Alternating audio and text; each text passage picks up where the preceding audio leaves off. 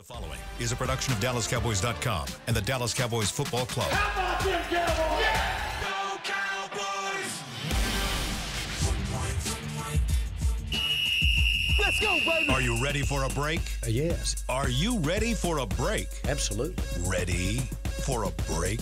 Yeah, and so much for that. It's time for The Break on DallasCowboys.com. We were on the break! With Ambar Garcia, Bryan Broaddus, Nick Harris, and Derek Eagleton.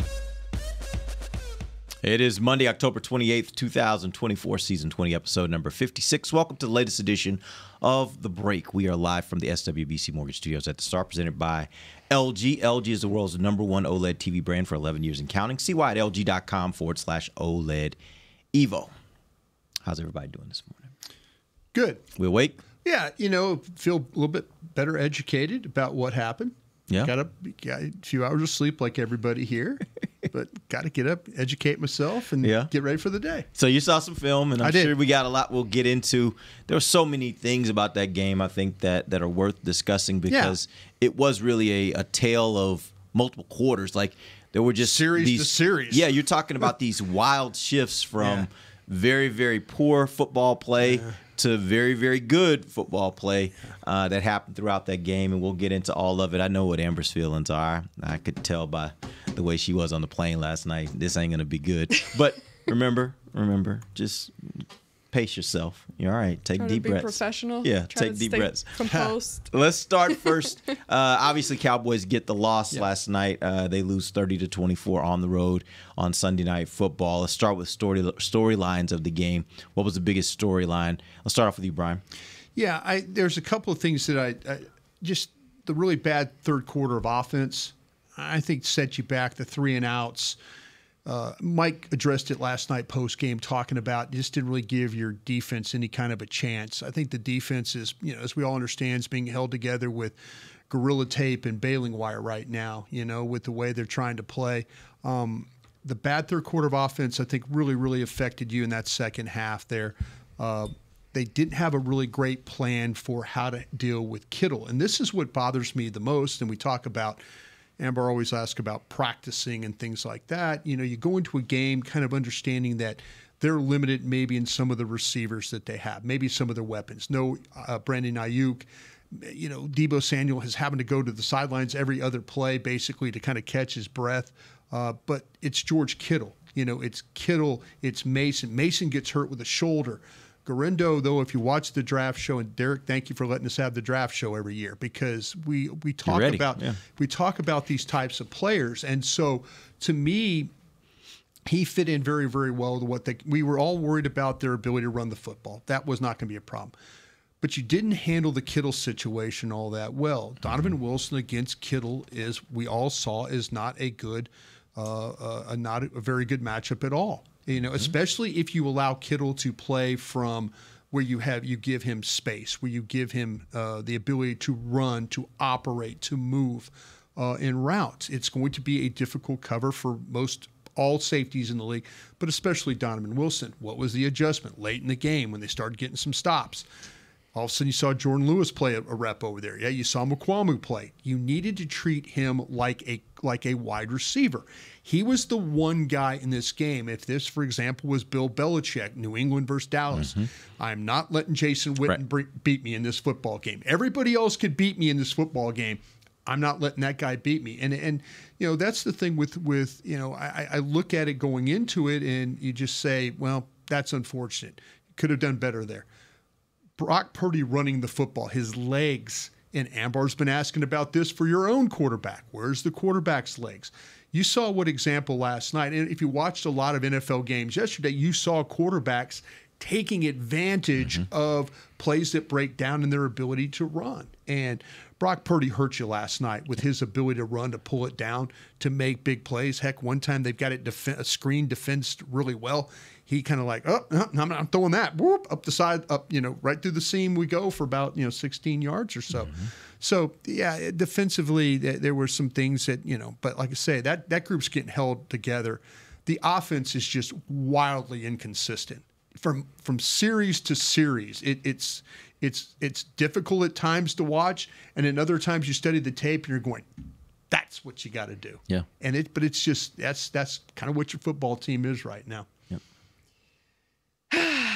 Just taking a deep breath. Like my heart starts beating so fast every time we get back from games like these. And Bryan is absolutely right on everything he said.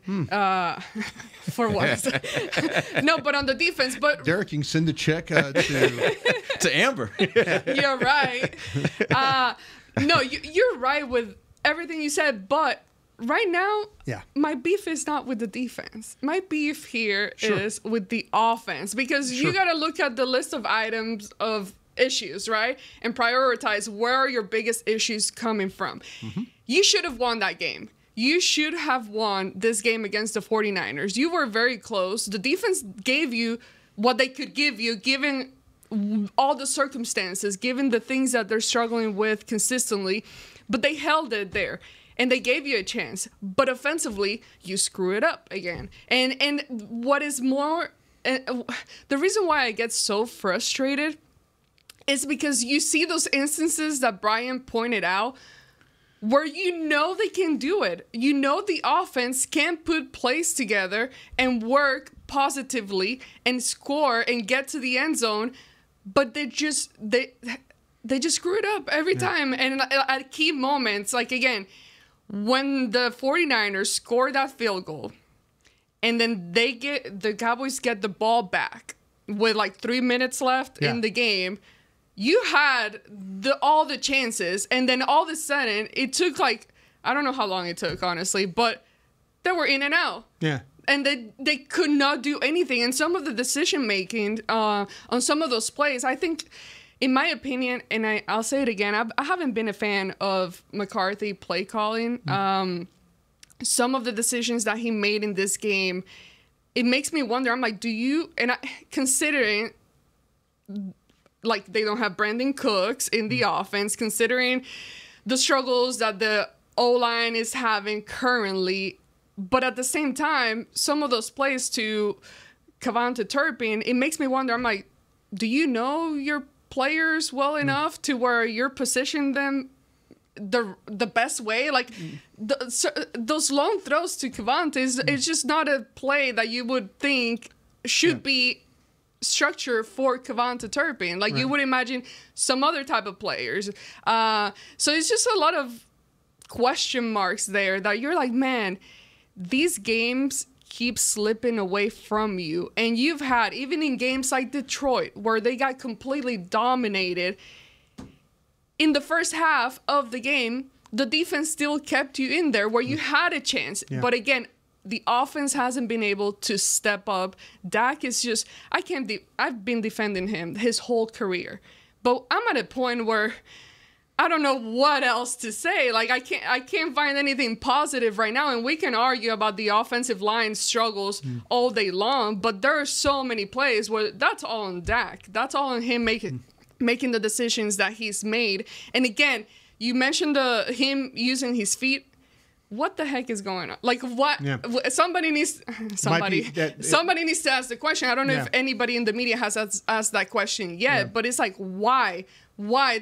There were several opportunities, even last night, where he could have run and he doesn't, and I don't understand why. Yeah, it might be going back to when we were in training camp and stuff, when he was in a walking boot and stuff like that. His injury might have compromised. The older that he's got, I haven't asked about this, but I'm just kind of thinking out loud. Yeah, I would love to hear his thoughts on that, because that's the same thing that popped in my mind. And obviously, I don't want to make that declaration because you don't know. Yeah. But I want someone to ask him that question, like, is this a situation where you have chosen not to run? Right. And if so, why are you choosing not to run? Because there seems to be, as you mentioned, Amber, I think it was the last series that the Cowboys had, it was maybe second or third down. Yeah. And there was an opportunity for a run. He probably doesn't pick up the first down, but he definitely changes how you play those last two downs, right? Yeah. And I think that's the part where I'm like, come on, let's and think about it like this with Dak.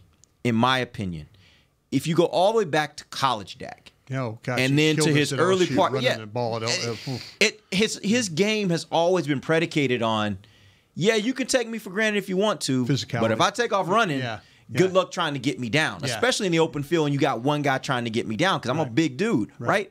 That is now flipped. And he's kind of taken away or for whatever reason not using his own superpower because that's his superpower and that's what makes his game, I think, so much better. Yeah. If there's an element of the possibility of him running, I think it changes everything with how defenses have to defend him. That creates opportunities for him to open up his passing game. It's kind of like when you talk about offense, you say the running game will open up the pass. I think it's the same thing for Dak individually in his game. I think his ability to run opens up the pass for him, and I'm just interested to know why we aren't seeing that anymore. It's like this year it's just non-existent. Yeah, I just maybe like I say when we started to hear about things about walking boots and and having to take days and maybe the older that he's got, the more difficult it is. Maybe the area is not as flexible as it once was. Maybe he doesn't have the confidence or the burst that he feels like. On the interception that he had, the first one, and you mentioned the ball that went down the field to Turpin, he always talks about his footwork. Dak always says, my footwork. On that play, now there's a couple different things that you can think about here, and maybe it's unfortunate for the Cowboys in this way that they have Dalvin Cook in the game at the running back, and how many times have we seen a running back make a hero block so the ball gets out? Yeah, and maybe Dalvin, because not much time on task, he's sitting to the side where the pressure's coming from, where Steele. And you're thinking like inside out, and we've seen even Deuce Vaughn like a pickup, like all of a sudden there's some leakage coming, and now somebody steps up or Dowdle, one of those guys, and unfortunately you don't get that pickup, that hero pickup I would call, but Dak's footwork drifts him. It's like he goes back, but he's planted, and now he's not square in the middle of the pocket. He's drifted to the right, which is taking him into Bosa. He needs help. He needs a block. He doesn't get it, but now it's an all-arm throw. And you're thinking, well, damn, it's pressure right there. Yeah, there's pressure, but the way that his footwork took him, it drifted him, that direction. So it's something he always works on, but it's tough. That part of it's tough because, to me, the throw wasn't open to begin with. The route, and here's to Ambar's point about maybe some things with Mike and some play calling and maybe some play design, maybe stuff that the general manager was questioning last week about some design stuff. You see San Francisco with a vertical and a drag behind it. The Cowboys on that route, they have a smash route or an in and out or pivot, inside with Tolbert. And then they go vertical. There's nothing carrying. Right. There's nothing holding the safety. I mean, I can't tell you how many times yesterday there was Cowboys hooker and those guys getting held because of a vertical route and something coming underneath it. They have to respect it. They have to respect it. So, if Tolbert runs vertically, maybe that keeps Brown in the middle of the field because he has to carry that route or worry about that route. That little smash route, he's like, they're not, whoa, where's this? Okay, here comes a vertical route. So the pivot route, you got somebody else that can handle that. He doesn't have to honor that. You're thinking like, okay, you're creating opportunities. And we all watch enough NFL and watch enough college games to see the combinations that that route carried. Like the CD when they got down in the red zone, the routes that Tolbert and Turpin ran, drug CD across, and what happened? They lost track on the other side. So you're like, oh, here we go. That's what you have to do to get guys wide open and create separation. But then you're going to throw a vertical route to a 5'9" guy with safety help in the middle of the field. With nothing help making that safety honoring. Exactly. Nothing else. So those are the things that kind of when you're watching, you go, man, they could do better. I've seen them do better. And then there's other times like, what the hell was that? And all of a sudden the quarterback's having to make, and the second interception was on the quarterback too. I mean, but I look at it too as the play call. You're rolling the quarterback to his left, which he's good at doing. Early in the game, you kind of saw CD caught a drag underneath with him rolling left. He kind of slung it sidearm in there. But that ball's got to be. I mean, CD has separation. That ball has to be. As he's moving, it's got to go. It's the quick and a little more loft. The longer he holds that ball, the more that needs to be in the bench. Because that doesn't need to be, I'm waiting. That's not one of those plays. Yep. That's a get the ball there. And, the quarterback admitted it. He's got to throw that ball away. But Mike's got to help him, I think, with the play call a little bit there. Yeah. Rolling your quarterback to where he has to get himself square to throw will take time. Yep. All right, we're going to take our first break. We're going to come back. We're going to dive into this a little bit more and talk more about this offense. Particularly, we'll talk some about Dak. We'll also get into the running game. We saw a couple things, a couple new personnel pieces. I don't know how much it changed from the standpoint of the results, but we'll talk about that when we come back. This is DallasCowboys.com radio. Todd thought it would be secure to jog in the cheetah savanna. Todd believed the big cat repellent he bought online was reliable. And now, Todd is trying to be faster than this cheetah that can run 80 miles per hour. But the good news is, Todd has AT&T 5G that is fast, reliable, and secure. And he learned the best thing to do is stop running and toss her the backpack with the beef stew. AT&T 5G. Fast, reliable, secure. 5G requires compatible plan and device. 5G may not be available in your area. See att.com/5G for you for details. It's the official men's skincare brand of the Dallas Cowboys, Jack Black. And right now, Cowboys fans can get 15% off their $75 order. Plus, because every deal needs a playmaker, your order will include a free 5-piece skincare set and free shipping. The Jack Black Playmaker is 4 of Jack's favorites and a full-sized intense therapy lip balm. Make a play for the Playmaker at getjackblack.com/Cowboys with the code CowboysVIP. That's getjackblack.com/Cowboys with the code CowboysVIP. Don't put off getting your oil change, Dallas. Take 5 Oil Change, a proud partner of the Cowboys, is faster than you think. They're so fast, you don't even have to get out of your car. You can take advantage of Take 5's Stay in Your Car 10-minute oil change at any of their locations across the Dallas area. And remember, at Take 5, you stay in your car because they're faster than you think. That means you won't even have time to show off your best touchdown celebration. Take 5, the official oil change of the Dallas Cowboys. From the field to the festivities, Lucchese embodies the essence of luxury and tradition. Handcrafted with meticulous precision, each pair offers unmatched comfort and style. Stand tall while you're tailgating or cheering in the stands with the Dallas Cowboys collection by Lucchese. Shop the collection today at the Lucchese store at the Star in Frisco or online at lucchese.com. Lucchese, the official boot of the Dallas Cowboys and Dallas Cowboys cheerleaders. Hey y'all, Matt Pittman of Meat Church here. With football season kicking off, I'm already gearing up to bring the smoker back to AT&T Stadium for some epic tailgates. But with that Texas heat, it's crucial to keep my beer hand cramping cold. That's where Yeti's insulated Colster can cooler comes in clutch. This year, you can even get them with the iconic star engraved on the side. Licensed Yeti Cowboys gear is now available at Stadium Pro Shops, concessions, and on Yeti.com. Check it out today. Yeti, official cooler and drinkware of the Dallas Cowboys. Back to the break.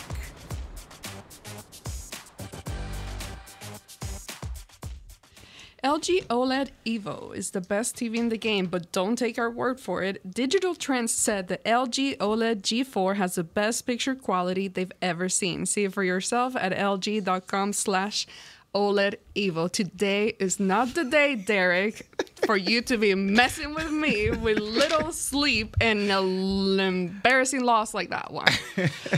I'm just trying to do something to bring a little levity to this thing, man. It's tough. All right, we welcome back into the second segment. 10 more weeks, right? Right, live from the SWBC Mortgage Studios at the Star. This segment's brought to you by blockchain.com. All right, let's talk about the running game. We find out roughly about, an hour and a half to 2 hours before the game that Rico Dowdle is sick, and then find out he is inactive. And then we also knew that Dalvin Cook was being elevated for this game. He had been elevated on Saturday.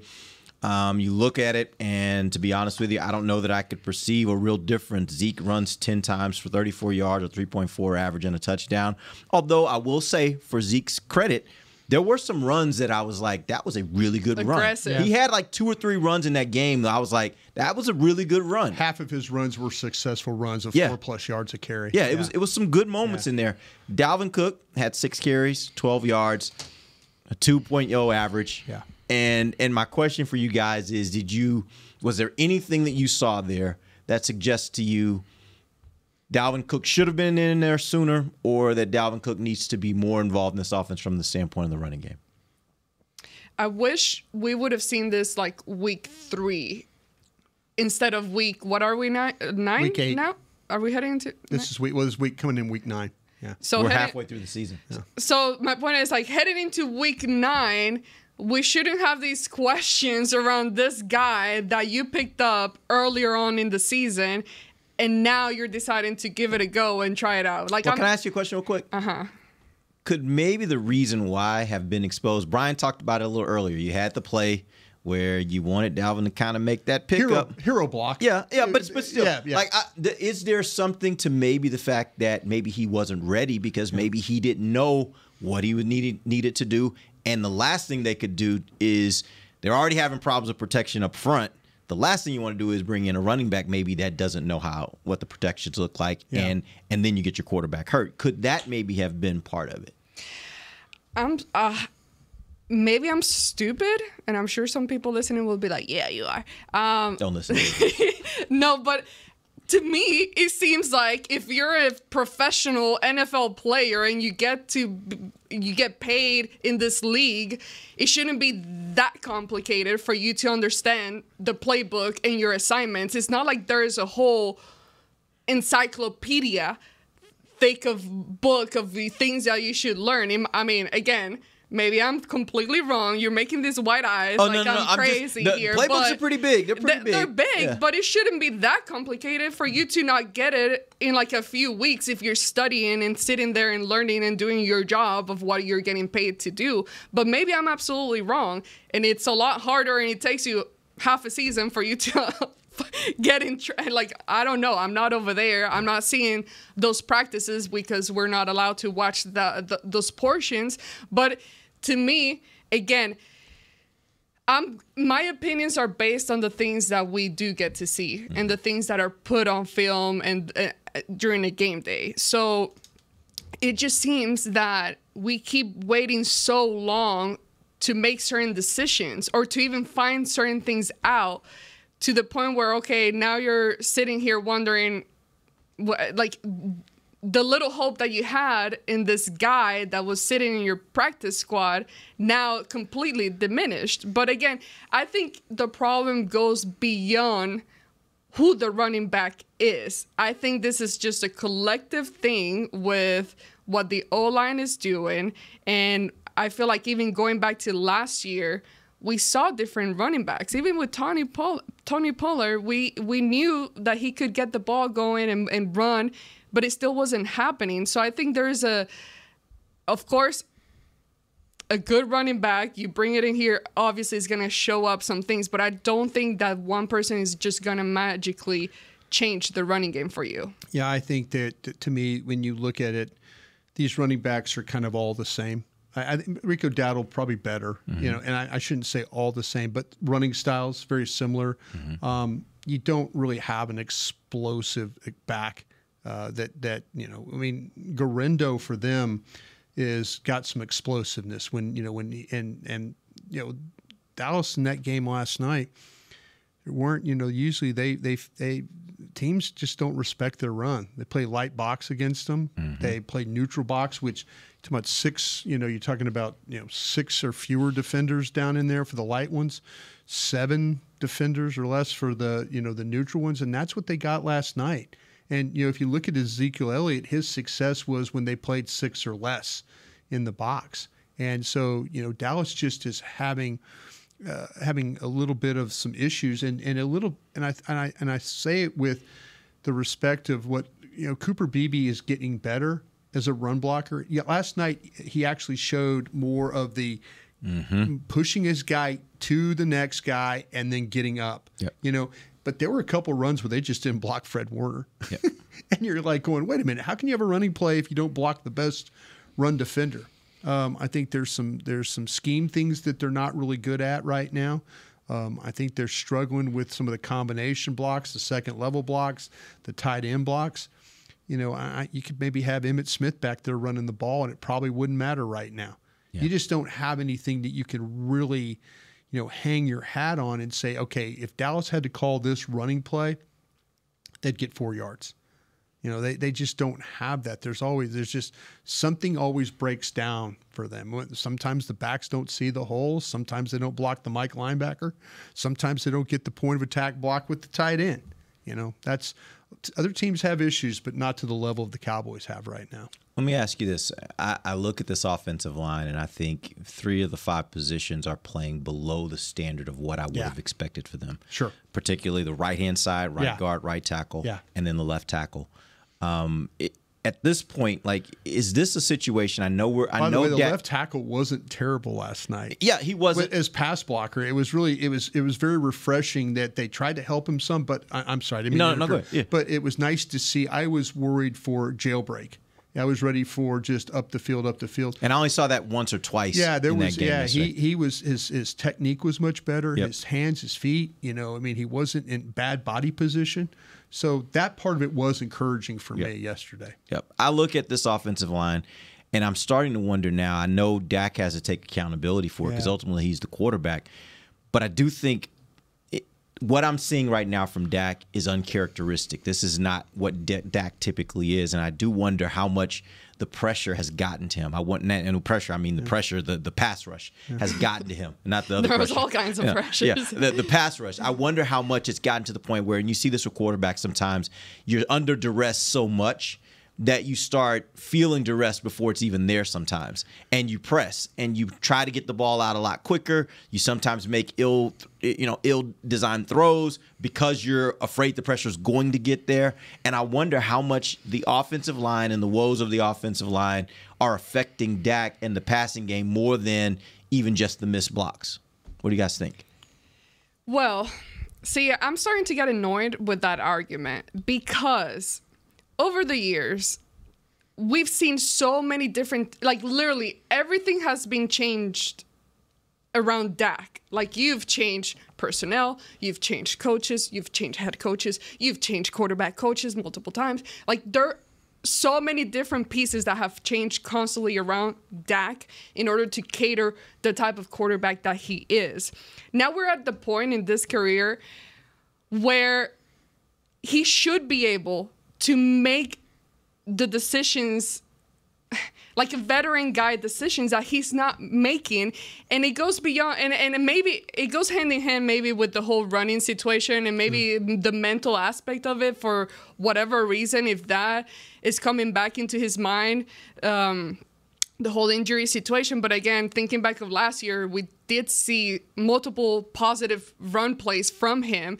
So whatever happened in the summer where he was taking pictures wearing that boot, maybe that's something that's completely affecting his game. But even then, in some of those throws, like even last night, and I was telling you, Derek, I'm like, it just looks like he's just throwing the ball to throw it. Like there is no sense of like confidence or strategic or like sense of like he actually scanned the field and has a hold of what is happening.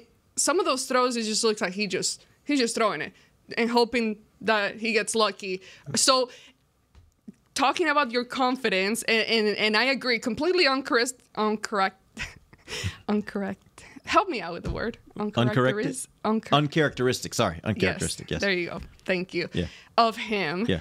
Because we've seen him time and time again, and one of his better qualities throughout his career is how well he can keep his composure as a quarterback and the mental aspect of things. Even like when they're trailing behind, he can come back and just be focused. More often than not, it tends to be too little too late for the Cowboys. But whatever the reason is, maybe we put it on the foot. I don't know what to tell you. Or the practices. But it just seems odd. And I don't want to put all the blame on the offensive line because there are many plays where I feel like he's had a little bit of time and the decisions are still bad. Yeah, and I'm not in any way trying to absolve him of his responsibility in this because when you're making the amount of money he's making, guess what? The responsibility is yours. Figure it out. Like that's just a part of it. We all know that. Like the more you get, the more you're compensated for what you do, the more you got to be accountable for everything else that happens around you. So I'm not absolving him of his responsibility in this. I am saying though that I think looking at this offensive line, in my opinion, this is the worst offensive line he's ever played behind since he's been here with the Cowboys. And I think you're right. He should be able to, But should and does is a whole different thing.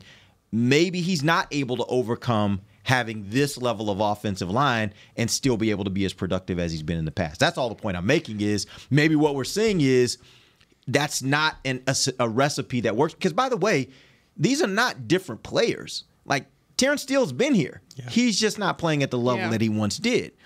I keep wanting to call him Travis Frederick.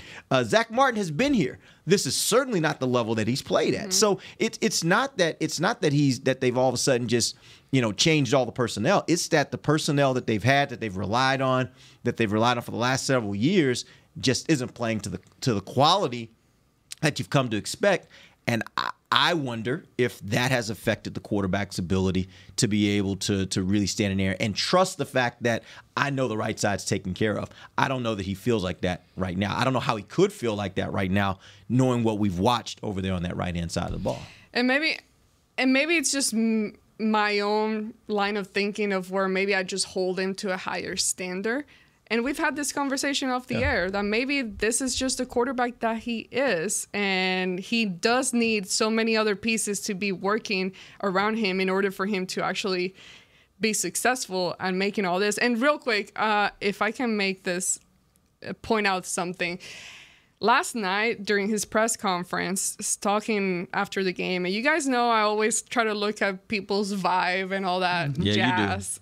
It just seemed odd. It seemed like, and to your point, Derek, maybe the pressure just more than getting the pressure on the field. I think overall, he seemed to me in the way that he was answering questions, like he's just worn out. Like, where you're just standing there and like reciting these words, and he's so good at answering questions, but you're just spitting out words and there's no real feeling behind it. And I'm not saying he doesn't have feeling or doesn't care, but maybe it's to the point where he doesn't even know what else to say at this point. The questions initially start about the interceptions. Yeah. Because he's had 4 games now with multiple interceptions. And that was something that he lived 2 years ago. Mm-hmm. And if we remember very well, the summertime leading up to training camp of a couple of years ago was every one of these shows, the ESPN shows, the Fox Sports shows, every show led with Dak interception questions. And he got tired of answering the interception questions. And then last year he threw, I think, 9 total interceptions for the year. Well, he's at 8 right now, and you've got, 10 more games to go. And now all of a sudden he realizes once again that it's falling on his shoulders of these interceptions and these turnovers. And maybe to your point, this is why he's like wore out. He's got, guys, asking him questions about the interceptions, and he's like, I can't do that. I can't do that. I can't do that. And it's every week now. Every week he is having to answer questions about protecting the football, which last year he did at a very high level, elite level, second in the MVP voting level. Far from that. More like the guy that was 2 years ago, and you would think in year 9 that you wouldn't have that kind of issue. What was the total for 2 years ago on interceptions? I forgot. Was it? I can't remember exactly. It wasn't 8. I don't remember. I could look it up here in a second, but it was double digits. Yeah. It was double digit interceptions. But remember, every day he had to sit there and, Stephen A. Smith and all those. It was at a fever pitch. Yeah, all those people, Shannon Sharp, all those people were talking about interceptions. You watch NFL Network. That's all they talked about were Dak's interceptions. And, and he really put all that to bed last year. But now that's coming back. And, the questions about, is he really seeing the field? Well, fortunately for the Cowboys, man, let's be honest. I mean, he tried to throw that first pass to CeeDee Lamb, when they got the ball back they're trying to win the game-winning drive. He's trying to throw it through 3 red shirts. Mm-hmm. You're like, whoa, you can't do that, man. You got to be better than that. And I think that's what's kind of starting to creep into his mind right now. All right, we're going to take our final. Real quick. Yeah. 15. Last year 9, and then so far this year 8. Yeah, here we go. Yeah. He's right on pace. Halfway to breaking that. Yeah. All right, we're going to take our final break. When we come back, we'll talk a little bit about this defense and maybe even get to a little bit of frustration we saw there at the end of the game once the game was over. We'll talk about that when we come back. Stop it. We'll be back. This is DallasCowboys.com radio.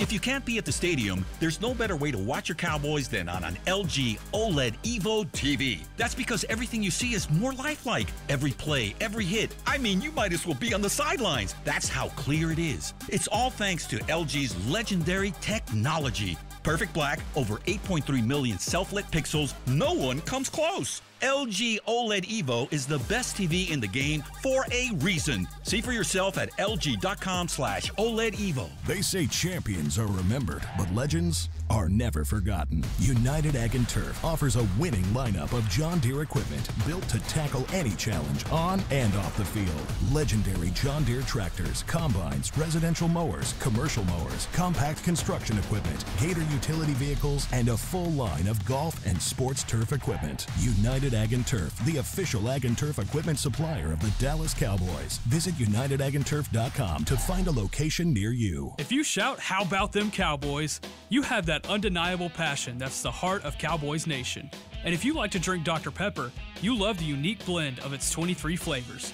Together, your one-of-a-kind fandom paired with the one-of-a-kind taste of a delicious ice-cold Dr. Pepper is the game day lineup that can't be beat. Better yet, gather your Cowboys and Dr. Pepper fan friends to watch the next game and crack open a delicious ice-cold Dr. Pepper for everyone. The wins will be even tastier. It's a Pepper thing. And we're going to overtime. Erica, how much have I spent on concessions?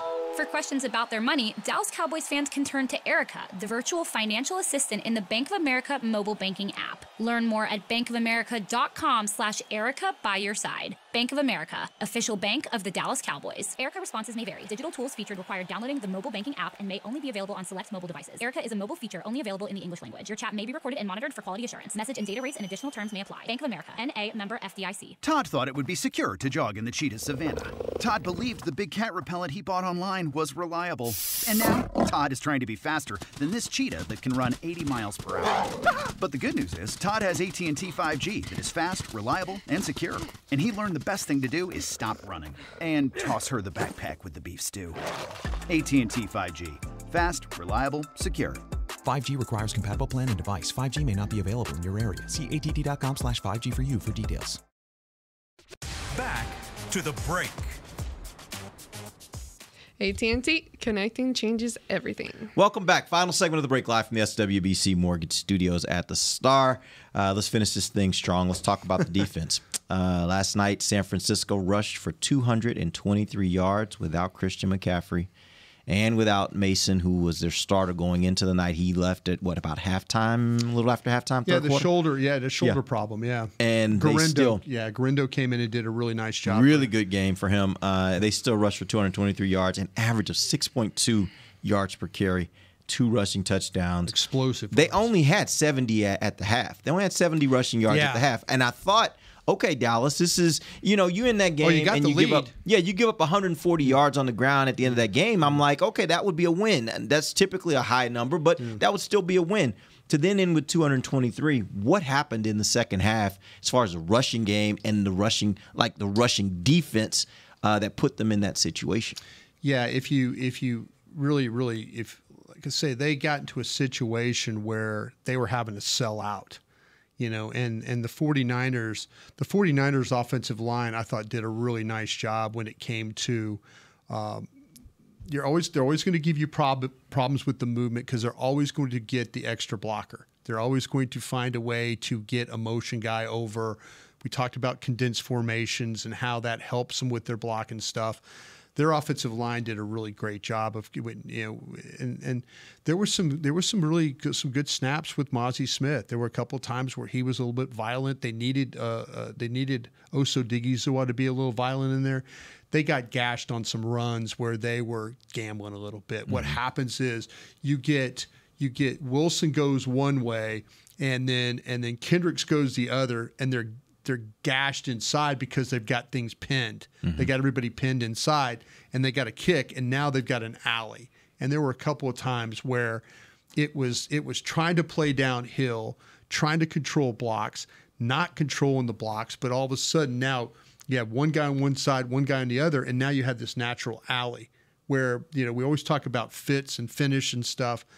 They played the toss sweep actually pretty good in this game. And I was worried about being underneath center, running the sweep, and then capturing the edge. I think Golston did a hell of a job in this game with his ability to play downfield. Him overshowing those guys running as fast as it could. Are you going to get into Diggs, the conversation about Diggs? Yeah. I'm just going to say this real quick about Diggs. I see why Diggs got mad at Mike Leslie. That's where I wanted to go, yeah. I really do. And, after the game, I'm like, because to me, when I went back, I felt because watching the game just on the TV copy in the studio, I'm thinking, Diggs wasn't terrible. Yeah. And then I watched tape this morning, and there were several times Diggs has had far worse games. He played physical as a run defender last night. And I'm not trying to stick up for the guy because, like I say, there have been moments where Diggs has not helped you at all. And last night, I kind of felt like maybe one of his best games when it came to having to play with physicality, dealing with receivers, dealing with block, dealing with Kittle, dealing with guys coming into his face and trying to get rid and step up, make a tackle, be there. I think Leslie questioned the ball that went up the sidelines and maybe his angle wasn't the kind that, But I tell you, there were far more good plays than there were bad. I've seen him play with far, far, far less intensity than he did last night. There were a lot more, in my opinion, there were a lot more busts on that play or bad play on that play that didn't have to do with him. And that's what I think he was getting at when he said, you watched that whole play and that's what you came away with. Like, I think, and by the way, Trevon, as a professional, has to not put himself in that situation. You can't do that. That is I remember somebody saying this a long time ago, and it's going to fly over the heads of all the young people. Well, Brian, you'll get it. Never pick a fight with people that buy ink by the barrel. Yeah. Like, it's just not a good idea. The whole point of that is when you pick a fight with the media's whole job is to sit around every day and just talk. That's what they do all day, every day. So when you pick a fight with the media, you probably ain't going to win. It's not a good idea. And I think in that situation, Trevon should have just been like, have it. You can have it, man, whatever. But I see why he was upset is because I think he came out of that game thinking, I did exactly what everybody's been saying I can't do last night. I got grass stains on me today, bro. I did what everybody said I couldn't do last night. And you watched that play, which, by the way, didn't indict me and came away from it with something that I did wrong in some way. See, I agree completely. And, okay, as a professional, you just stay in the locker room. Don't even engage. But at the same time, I 100% understand his frustration. Yeah. Because as someone that works in the media, and I'm speaking about Mike, he works in the media. We know he has some power or influence over whoever his followers are. Yep. So when you make a wrong assessment of my job and what I'm doing, you're going to be mad and you want to confront that. And he's human. He's human and the emotions get there, especially if you feel like you really tried hard and then the play that you want to point out is not a good example of what you're trying to showcase or tell. So I understand that. Should he have done that? Probably not. But and then another thing that I wanted to point out, I see a lot of people on social media saying, really? You go into the locker room, you don't even take your pads off or anything, and you're sitting and getting on social media searching for your name? I think people be better than that. Like, use your head a little more than that. I know you guys are more intelligent than that. Two things. One, when you get on your phone, many people can be texting you, your friends, family members, sending you stuff. And typically that's how it goes. Right, you're not searching or following, let me see what Mike Leslie put out about me or anything. And another thing, he got triggered. We all get on our phones. When we get off work, when we get off work, when we get near our phone, doesn't matter where you are, in the workplace or anything, doesn't matter what's going on in your life. Nowadays, it's an automatic. You get on your phone, and it's just like this escape of whatever's going on, but yet you enter another world on your phone and all this craziness. And of course, so I understand all of that. And again, I understand there are many, many plays that and I've called him out on this show after games where he's had many missed tackles and things like that. But understand there is a human side to it as well. And in this specific scenario, I don't think he was fully on the wrong in this case. You know, stand up for yourself. Well, see, the thing, and show it on the field too. And real quick, if I While could, you're at it. I could, Derek, I know my personal experience of going from being in scouting to being now in the media and stuff like that. And I remember you talk about somebody like a Jason Garrett. Excuse me, not Jason Garrett, Jason Witten. Oh yeah. One time, you know, there was a game when they played the Seattle Seahawks in Seattle, and Des Bryant and him were running routes and it was an interception, and I thought his route carried his man into Dez's area, and that's why you got the interception. And Jason found out that I said something about that. I brought it up, and he came up to me, saw me in the locker room, and says, "Hey, man, you got a minute?" And I'm like, "Sure." And he grabbed me and pulled me aside and said, "Listen, let me just tell you how the route, you know." And he explained it to me he didn't embarrass me in front of everybody, but he says, "You know, if you think I ran the wrong route, let me explain why it happened and what the look was." Yep. And so there's ways to handle that. I mean, it just is, the optics are bad when you come out of the locker room and you still have your uniform on. He could have waited for Mike Leslie in there and pulled Mike aside and walked outside, walked over by the bus and just said, "Hey, man, this is what happened." I mean, you look at the run tackles. He had 4 run tackles in that game yesterday. You know, there's been games where he hasn't had 1 run tackle in a game. So, you know, he tried to be a more physical player. And I think the film showed he was a more physical player. Yeah. I think that's what got him so mad. It's like, you know, hey, I played my ass off for me because I don't normally play this way. Yeah. You know, and you're going to get on me about this one play. And, you know, I think that's one of the things, too. Over the years, I've learned with that. It's why I don't really live tweet games as much as I used to, is because those instant evaluations sometimes can be very, very wrong. And you do need the perspective of being, in my opinion, of being able to 2 things. One, being able to go in the locker room after the game and actually talk to guys and say, what happened on this play? What did you see on this play? Why did you do what you did on this play? And then number 2, go back and watch it for yourself, because you will find there's so many times in games I have one opinion after the game is done or after a play is done, and I go back and watch the game later and I'm like, wow, no, I missed that. That was something else going over here that really affected that play. And so I think both those things have to happen, and I think Nick hit the nail on the head this morning when he was on 105.3 The Fan with Sean and RJ, and he was like, yeah, as a reporter, it's your responsibility to ask that question, but not ask it to Twitter. Ask it to the player. Figure out with the player what happened. What were you doing on this play? What did you see on this play? And then report what you saw or what the player said. And if you have take exception to that, then you can report it in that way. But you did your due diligence to find out what it actually was supposed to be. We've all been in this league a long time, and myself on the personnel side of it, there were things as a personnel guy that I did not know, and I'd have to go ask. Yeah, and that's the danger of this. When you start to say, well, gosh, it was this guy's fault. You know, you watch it, you make the best evaluation, but you try and ask somebody. If you really, really, really don't know, ask somebody in the organization, and usually you'll get an answer like, well, think about it this way. And I'm like, man. And off the record, players will be pretty honest with you. They'll say, I messed that one up. Or they'll say, hey, that guy over here, just look over here. You'll see kind of what happened. They'll tell you off the record if you developed the right kind of relationships. And then you go and ask the question and don't just kind of run with something just because you think you saw something. You know? Yeah, it's that's the tough part of this job. By the way, trying to find that balance right there between. I think we have Mike Leslie on the radio today at 6 o'clock. That'll be fun. Hey, this isn't Mike's first time around the block on this one. Ask him, Brian? I'm gonna ask him, like, bro, is there a better way to handle that? Yeah. Seriously, I'm gonna ask him, because I know you didn't have the opportunity to watch the tape like I did this morning, but you might want to go watch that tape. Yeah. Guy might have played it might tell you something one of his most physical games he's played in a while. And I wonder if in that situation, Mike will do the right thing, in my opinion. I hope. Which is go to Trevon and be like, dude, I probably talked out of turn a little bit on that one, because you did play from the standpoint of what I was trying to point out, which I think what he was trying to point out is he's not playing good in run defense. Grade him. He played a pretty good game as a run defense. Grade him on those 65 plays. Exactly. Don't grade him on one. Exactly. All right. We appreciate you guys joining us. We'll be back tomorrow. We'll start. Get to ask you guys questions tomorrow. Yeah, we're gonna go into the brain of the brain of Bryan Broaddus. You're terrible. Look at his shirts. I mean, I'm not gonna let that quote die. That was awesome. Jeez. It was hilarious. It actually was pretty funny. It was Between that and Fix This Rich, like those two are now up there at the top 2 quotes of all times from players. It's pretty good. How about y'all fix this shit, All right, we'll see you guys tomorrow. Until then, for Bryan Broaddus, Ambar Garcia, I'm Derek Eagleton. This has been The Break, live on DallasCowboys.com radio. This has been a production of DallasCowboys.com and the Dallas Cowboys Football Club. How about this,